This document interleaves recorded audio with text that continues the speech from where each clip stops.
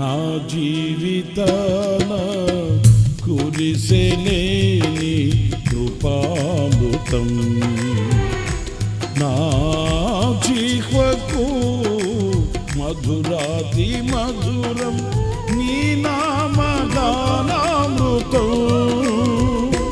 నీ కృపతోనే అనుక్షణం తృప్తి పొందెదను నీ కృపతోనే అనుక్షణం తృప్తి పొందెదను.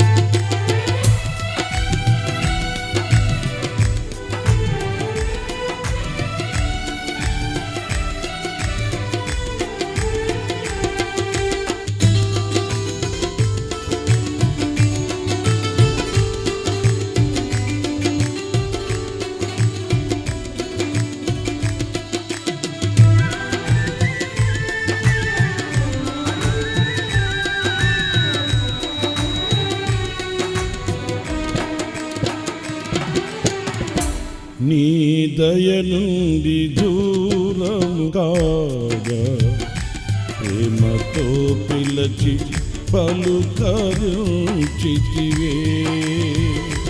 నీ దయ నుండి దూరము కాగా ప్రేమతో పిలచి పలుకరించితివే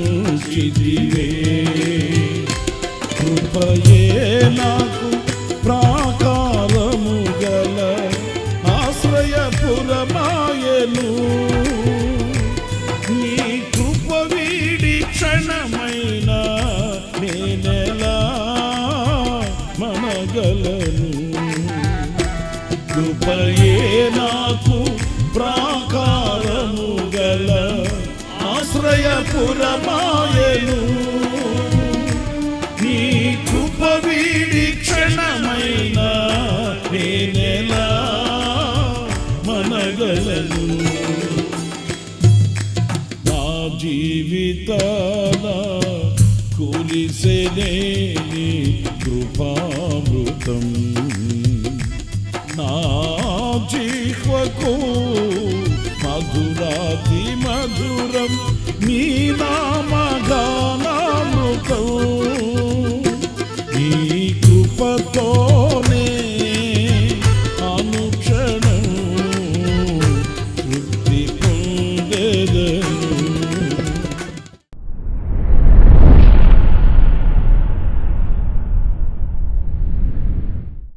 ప్రైజ్ ది లార్డ్. ప్రభు అయిన యేసుక్రీస్తు నామంలో మీ అందరికీ మా హోసనా మినిస్ట్రీస్ తరపున హృదయపూర్వకమైన వందనాలు తెలియపరుస్తున్నాను. ప్రభు మిమ్మల్ని ఆశీర్వదించి దీవించునుగాక. ఈ పూట పరిశుద్ధ గ్రంథంలో ఇర్మీయా గ్రంథం 32వ అధ్యాయం 41వ వాక్యాన్ని నేను చదువుతున్నాను. జాగ్రత్తగా వినండి. వారికి మేలు చేయుటకు వారి యందు ఆనందించుచున్నాను. నా పూర్ణ హృదయముతోనూ నా పూర్ణ ఆత్మతోనూ ఈ దేశములో నిశ్చయముగా వారిని నాటెదను. ప్రియులారా, చూడండి వాక్య భాగంలో ఆయన పూర్ణ హృదయముతోనూ ఆయన యొక్క పూర్ణ ఆత్మతోనూ దేశములో మనలను నాటుతాడట. చూడండి, నాటబడినది స్థిరంగా ఉంటుంది, నాటబడనిది ఎండిపోతుంది, గాలికి ఎగిరిపోతుంది. ఈ నాటబడిన అనుభవము అనేది ఒక శ్రేష్టమైనటువంటి అనుభూతిని పరిచయం చేస్తుందండి. ఎందుకంటే ఆయన చేతులతో ఒక మొక్కల మనలను నాటినప్పుడు అది ఎంత ఆశీర్వాదకరంగా ఉంటుంది అనేది నేను మీకు మరలా క్రొత్తగా చెప్పాల్సిన అవసరం లేదు.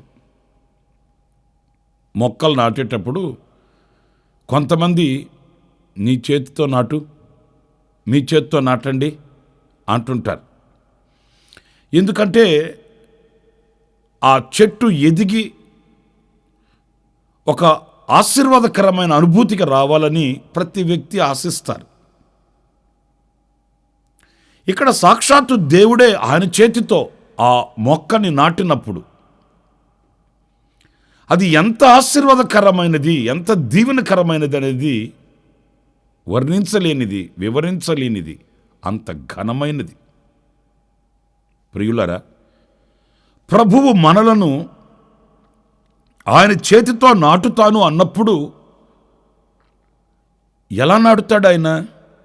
మీరు చక్కటి మాట కీర్తనల గ్రంథం 80వ కీర్తన 8-9 చరణాల్లో మీరు చూస్తారండి. నీవు ఐగుప్తులో నుండి ఒక ద్రాక్షవల్లిని తెచ్చితివి, అన్యజనులను వెళ్ళగొట్టి దానిని నాటితివి, దానికి తగిన స్థలము సిద్ధపరిచితివి, దాని వేరు లోతుగా పారి అది దేశమంతటా వ్యాపించెను. చూసారండి, ఆయన ఎక్కడ నాటుతాడు, ఎలా నాటుతాడు అనేది ఈ వాక్యం మనకు స్పష్టం చేస్తుంది. ఒక చెట్టుని ఆయన నాటాడట ఐగుప్తులో నుంచి తీసుకుని వచ్చి. అయితే ఆ నాటేటప్పుడు అన్యజనులను వెళ్ళగొట్టి దానిని నాటితివి అనే మాట ఆలోచించండి. ఆ చెట్టును నాటేటప్పుడు ఆ పరిసరాలని శుభ్రం చేస్తాడు ఆయన. ఏదో నాటాలి, ఉంచాలి, చేయాలి అనే కర్తవ్యం మాత్రమే కాదు, దాని మీద ఒక బాధ్యత కూడా ఉంది దేవునికి.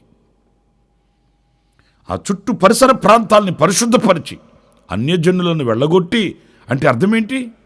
ఆ అన్యజనుల యొక్క కార్యకలాపాలని మనకు తగలకుండా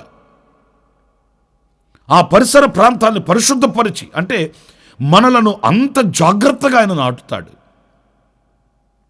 దాని వేరు లోతుగా పారి అది దేశమంతటా వ్యాపించెను అనే మాట ఎంతో ఆనందాన్ని కలిగిస్తుంది.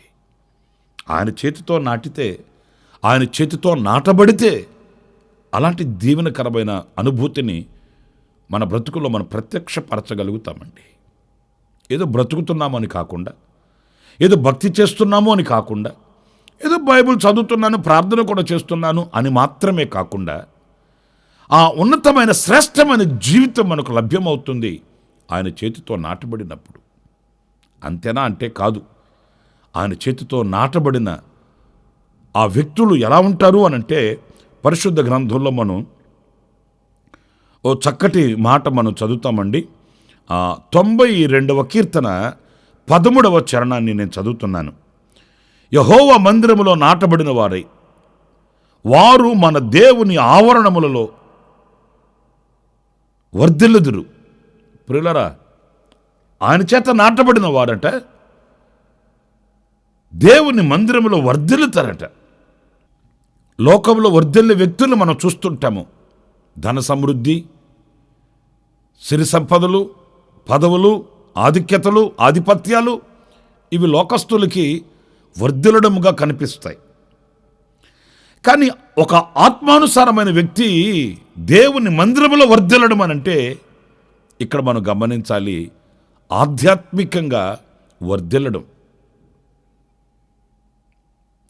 ఆధ్యాత్మికమైన విషయాలలో బలాన్ని పొందుకోవడం, ఆధ్యాత్మికమైన విషయాలలో ఒక నీడనిచ్చే వృక్షముగా మార్చబడడం. దేవుని మందిరంలో నాటబడి వర్ధిల్లడం మన జీవితంలో ప్రియులారా మన వరకు మాత్రమే కాదు,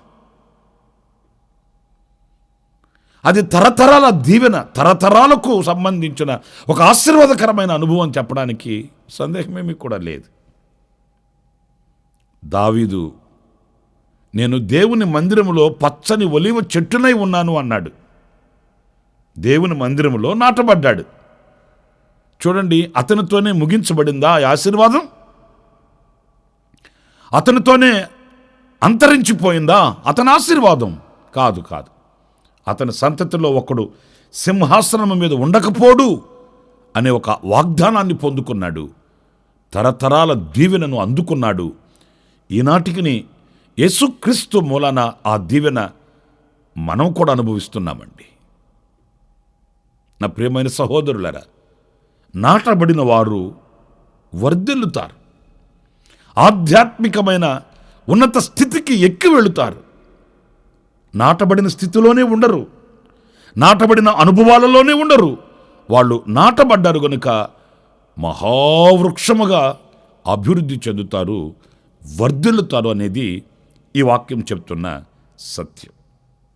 ఇక రెండవ విషయానికి వస్తే, కీర్తనల గ్రంథంలో మొదటి కీర్తన 3వ చరణాన్ని మనం చదివినప్పుడు అక్కడ రాయబడిన మాటలు ఏంటంటే, అతడు నీటి కాలువల యోరన నాటబడినదై ఆకువాడక తన కాలమందు ఫలమిచ్చు చెట్టు వలె నుండును. ఇక్కడ చూడండి, ఈ వాక్యం ఏం చెప్తుందంటే, నాటబడిన వాడై ఫలములిచ్చు చెట్టు వలె ఉండును. వర్ధిల్లడం, ఎదగడం మాత్రమే కాదండి, ఫలములు ఇవ్వడం. కొన్ని చెట్లు మనం చూస్తుంటాము, ఏపుగా ఎదుగుతాయి, కానీ భూతద్దం పెట్టి వెతికిన ఒక్క ఫలం ఉండదు. చెట్టు చూడడానికి పచ్చగా ఉంటుంది, ఏపుగా ఎదుగుతుంది, బలంగా ఉంటుంది, కానీ ఫలములు. ఇదిగో నాటబడిన వ్యక్తి, ఆయన చేతితో నాటబడిన వ్యక్తి ఎలా ఉంటాడు? దేవుని మందిరములో వర్ధిల్లి మహావృక్షముగా ఉంటాడు. అంతేకాదు, ఆ మహావృక్షము ఫలములిచ్చే మహావృక్షమై ఉంటుంది. ఒక్కొక్క చెట్టును చూసినప్పుడు వింతగా ఉంటుందండి. ఎందుకంటే ఆ చెట్టు ఎంత గుబురుగా ఉంటుందో అన్ని ఫలాలు ఉంటాయండి. ఏమి కాసిందిరా బాబు ఈ చెట్టు అంటుంటాం మనం. ఏదో 4-5 ఫలాలు ఇవ్వడం అంత మాత్రమే కాదు. మీకు ఇంకో మాట చెప్పనా, ఇందులో దాగి ఉన్న మరొక మర్మం కూడా మనం గమనిస్తే, ఏ చెట్టు ఎన్ని ఫలించినా ఒక్క ఫలము కూడా తన కొరకు వాడుకోదండి. ఏ చెట్టు కూడా ఫలించి 4 నేను తింటాను, ఒక 4 మీకు ఇస్తాను అని అంటదండి. అది ఫలించేదే ఇతరుల కొరకు, తన కొరకు కాదు. అలాంటి చెట్టుగా మనం ఉంటామట ఆయన చేతిలో నాటబడిన వారమైతే. అంటే మనము అనేకులకు ఒక ఆశీర్వాదకరముగా, అనేకులకు ఫలములిచ్చి, వాళ్ళను సంతృప్తిపరిచి, వాళ్ళను సంతోషపరిచే విశ్వాసిగా మనం బ్రతకగలుగుతామండి.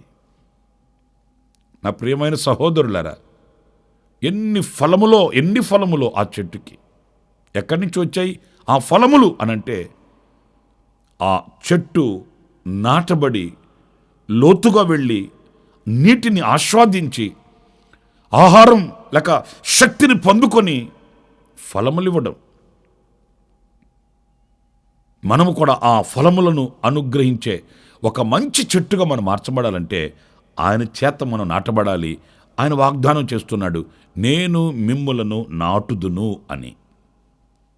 మరి ఈ రోజున ఆయన చేత నాటబడిన వారమై వర్ధిల్లుతూ ఫలములిస్తూ మనం అనేకులకు ఆశీర్వాదకరమైన అనుభవాలలో ఉండుటకు ఇష్టపడుతున్నామా, లేక లోకంలో నాటబడి ఐహిక విచారాల వలన ఎండిపోయిన మోడులా బ్రతుకుతున్నామా అనేది మనల్ని విమర్శించుకోవలసిన విషయం. అది కొంతమంది చూడండి, వాళ్ళు దేవుని మందిరానికి వస్తున్నారు అని అంటే, వాళ్ళు విశ్వాస జీవితం జీవిస్తున్నారు అని అంటే, ఈ విశ్వాసము ద్వారా అనేకులను క్రీస్తు యొద్దకి నడిపించగలిగిన వ్యక్తులై ఉంటారండి. ఫలించడం అంటే ఏంటి? అనేకులను ప్రభు యొద్దకు నడిపించడం, అనేకులను వాక్యము చేత సంతోషపరచడం, అనేకులను ఆత్మీయ అంతరిక్షంలోనికి ఆహ్వానించడం. నేను రక్షించబడ్డాను, నా ద్వారా అనేకులు రక్షించబడాలి. నేను సంతోషిస్తున్నాను, నా ద్వారా అనేకులు సంతోషించగలగాలి. నేను విశ్వసిస్తున్నాను, నా ద్వారా అనేక మంది విశ్వాసంలోనికి రావాలి. నేను పరిశుద్ధంగా ఉన్నాను, నా ద్వారా అనేకులు పరిశుద్ధంగా ఉండడానికి తీర్మానం చేసుకోవాలి. ఇలా మనం ఫలములను ఫలించువారమై ఉండాలి. దైవజనుడు యోహాను కూడా చెప్తాడు, మారు మనసుకు తగిన ఫలములను ఫలించండి అన్నాడు. మీరు రక్షించబడ్డాను అని చెప్పుకుంటూ మారు మనసు పొందాను అని చెప్పుకుంటూ ఆ మారు మనసుకు తగిన ఫలములు లేకపోతే ప్రయోజనం ఏంటి? కనుక నా ప్రియ సహోదరులారా, ఆ ఫలములను కలిగిన వ్యక్తులమై, ఫలములను కలిగిన చెట్లమై మనం బ్రతకాలి. అది దేవుని యొక్క సంకల్పం. అందుకే ఆయన మనలను నాటింది. ఏ వ్యక్తుల ద్వారా మనం నాటబడలేదు, ఏ మనుషుల చేత మనం రక్షించబడలేదు, ఏ ఘనమైన అధికారుల వలన మనం నాటబడలేదు. మనం సాక్షాత్తు సర్వశక్తి కలిగిన దేవుని చేత మనం నాటబడిన వారు.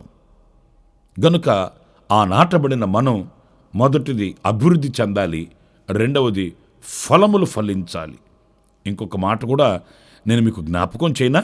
పరిశుద్ధ గ్రంథంలో మనం ఇర్మియా గ్రంథం 17వ అధ్యాయం 8వ వాక్యాన్ని చదివినప్పుడు, వాడు జలముల యొద్ద నాటబడిన చెట్టు వలె నుండును, అది కాలువల ఓరన దాని వేళ్ళు తన్నును, వెట్ట కలిగినను దానికి భయపడదు, దాని ఆకు పచ్చగా నుండును, వర్షము లేని సంవత్సరమున చింత నొందదు, కాపు మానదు. ప్రియులారా, చూసారా ఎంత స్పష్టంగా, ఎంత చక్కగా వ్రాయబడిన మాటల్లో చూడండి. ఈ నాటబడిన చెట్టట పచ్చగా ఉంటుందట, వేరు లోతుగా ఉంటుందట, వెట్ట కలిగినను భయపడదట. శ్రేష్టమైన మాట ఇంకోటి ఏంటంటే, వర్షం లేని సంవత్సరమున కూడా చింతించదట. చింత లేని చెట్టు, ఏ బాధ, ఏ కలవరం, ఏ ఆందోళన ఈ చెట్టుకు ఉండదండి. వర్షం లేకపోయినా, అంటే రావాల్సిన ఆశీర్వాదం కలగక కాస్త శ్రమ, శోధన, ఇబ్బంది కలిగినా కూడా చింతించదట. మరి ఈ రోజున అన్నీ ఉన్నా కూడా చింతలు తప్పట్లేదు. కొంతమందికి అన్ని సమృద్ధిగా ఉన్నా కూడా హృదయంలో ఏదో తెలియని ఒక చింతన. మరి ఇక్కడ దేవుని చేత నాటబడిన ఒక చెట్టు ఉంది. ఆ చెట్టుకి చింతే లేదు, వెట్ట కలిగినా చింత లేదు, వర్షం రాకపోయినా చింత లేదు, ఒకవేళ సుడిగాలులు పెను తుఫానులు వీచినా ఈ చెట్టు చింతించదట. చింత లేని చెట్టు. మరి అంతటి శ్రేష్టమైన బ్రతుకు ఆయన చేతితో నాటబడిన ఆ చెట్టుకు ఉంటుందండి. ఒకవేళ ఆ చెట్టుని మనం అడిగితే, ఏంటి ఎప్పుడు నవ్వుతూ సంతోషంగా ఉంటావు, ఏమి నీకు చింత, బాధ, కన్నీళ్ళు, కష్టం ఉండవా అని అడిగితే, ఒకవేళ ఆ చెట్టు చెప్తుందేమో, నేను ఆయన చేత నాటబడ్డాను, ఆయన నన్ను నాటాడు గనుక నా మీద ఆయనకి బాధ్యత ఉంది, నాకు ఏ కొదువ లేకుండా నన్ను పోషించే దేవుడు ఆయన. ఎందుకంటే ఆయన కదా నాటింది. నేను మనుషుల చేత నాటబడితే ఒకవేళ మనుషులు నన్ను పట్టించుకోవట్లేదు అనుకునే దానను, కానీ దేవుడు నన్ను నాటింది. ఆయన నాటి విడిచిపెడతాడా? ఆయన నాటి దాటుకుని వెళ్ళిపోతాడా? కంచె వేస్తాడు, కాపుదలనిస్తాడు, వేరు లోతుగా తన్నేటట్లుగా నాకు కృపనిస్తాడు, నన్ను ఆయన అరచేతిలో చెక్కుకుంటాడు. నేను ఎందుకు చింతించాలి? నిజమే ప్రియులరా, మనలందరినీ ఆయన నాటాడు. ఆయన చేత నాటబడిన వారమైతే మన చింత యావత్తు ఆయన మీద వేసి సంతోషించాలి, ఆనందించాలి. చింతించు వారమై ఉండకూడదు. వ్యధ చెందుతూ వేదన పడుతున్న వారమై మనం ఉండకూడదు. మన చింత యావత్తు ఆయన సిలువలో భరించాడు. మన దరిద్రతను ఆయన భుజముల మీదకి ఎత్తుకున్నాడు. మన పాప భారాన్ని ఆయన సిలువలో మేకులతో దిగగొట్టాడు. మనకు విడుదలనిచ్చాడు. మన పక్షమై ప్రభువు ఉన్నాడు. ఆయన మన కొరకే రక్తం కార్చాడు, మన కొరకే దెబ్బలు తిన్నాడు, మన కొరకు ప్రాణమే పెట్టేశాడు.